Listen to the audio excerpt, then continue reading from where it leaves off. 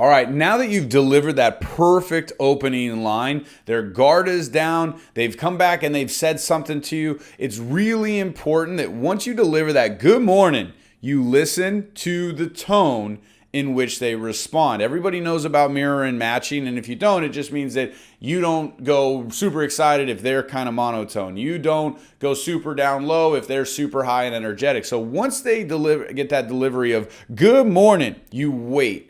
Now, if they come back to you and they say, good morning, then you go right to the next part of the script and you don't sit in that moment. You say, hey, listen, I'm calling about 123 Main Street. Did you sell that home or is it still for sale? The tonality and the pace in which we deliver that is really important because it emphasizes that we're confident in what we're doing. So again, real quick, hey, no worries. I'm calling about 123 Main Street. Did you sell that home or is it still for sale? Okay, I don't really want to get anything else out of the way other than I'm calling about the property. Now listen, if after saying good morning, they come back and say, good morning, how are you? Which they oftentimes will. Okay, we don't start with how are you because it's salesy, right? But if they say how are you, don't just immediately jump to the script because it shows you're not caring about what they're saying. They said something polite. Hey, how are you?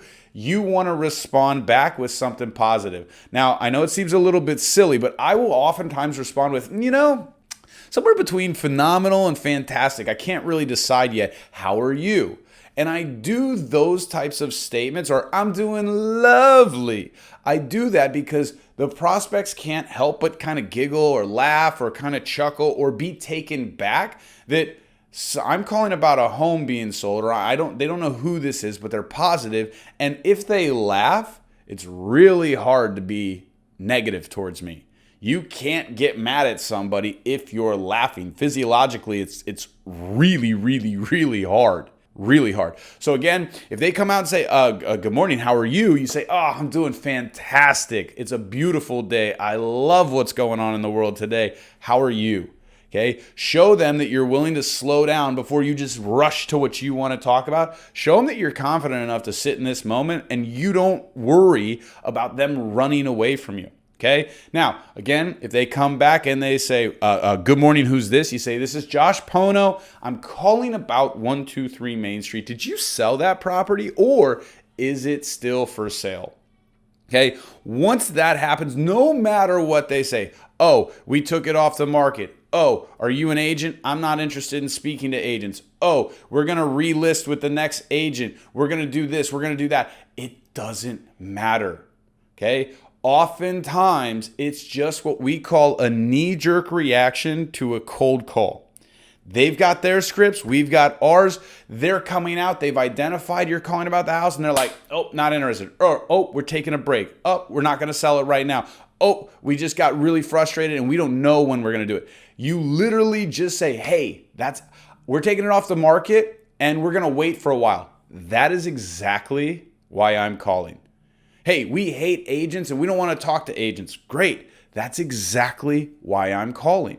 Hey, we don't know what we're going to do. We're thinking about renting it, but we're definitely not going to do anything with it right now. Great. That's exactly why I'm calling. Don't even give it any weight. Don't give it any power. That's exactly why I'm calling. When are you interviewing the best agents to get the property sold? And the emphasis is on best and the emphasis is on sold. Working with best agents like myself will get the property sold every time. Hey, no problem. That's exactly why I'm calling. When are you interviewing the best agents to get the property sold? Doing so will completely eliminate any friction and getting stuck and getting hung up on. Just go right to the next point, okay? Now, here's where you have to be on your toes a little bit. And this just takes a little bit of practice. It's like batting practice. They're going to look at you and they're going to say, oh, well, like I said, we're taking it off the market and we don't know when, right? You say, no problem. When you do interview agents or, hey, fantastic, what are the top 3 things you're looking for out of the next agent? Before I find out exactly what went on, before I go any further into why it didn't sell or all that, I need to know if they're an agent that's going to sell it. I need to know if their wife was going to sell it. I need to know if their best friend from college who actually lives in their house with them is selling it. I need to know if they are going to be interviewing other agents, because if they already have an agent, or if they've already signed a listing agreement, or if they're moving forward with another agent, there's nothing more to talk about. I can save my time and move right on to the next call, and I want them to self-identify who I can talk to. Okay, now that if they respond, hey, fantastic. What are the top 3 things you want your next agent to do? Okay, if they respond to this, boom, you're in a conversation. And if they don't respond to this and they say, you know what, we're not, you've got nothing but just generic answers. Hey, we're taking off the market. We don't know what we're doing. Great, no problem. When are you interviewing the best agents? Well, again, we don't know. Then real quickly, no problem. I'm always curious. Why did the agent say the property didn't sell? Again, even though they've given us 2 kind of non-positive, kind of negative answers, it doesn't matter. You just say, no problem, I'm going to talk about something else. Why did the agent say the property didn't sell? And there's a hint of curiosity because, of course, every time you list a property, it sells, doesn't it? It's a mindset and it's an approach that will start to erode their confidence and start to build doubt in what they're doing, so they are intrigued by the line of questioning. Again, hey, no problem, totally understand it. Sounds like you've had a frustrating experience of being on the market, off the market.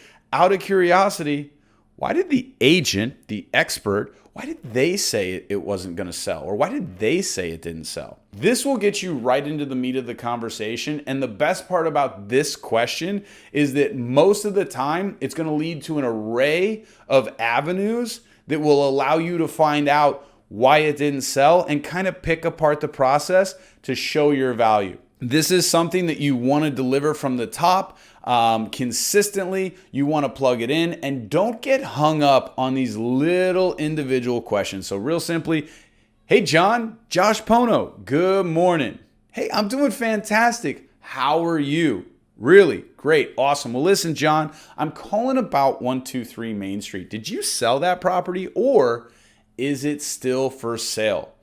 Hey, fantastic. That's exactly why I'm calling. When are you interviewing the best agents to get the property sold?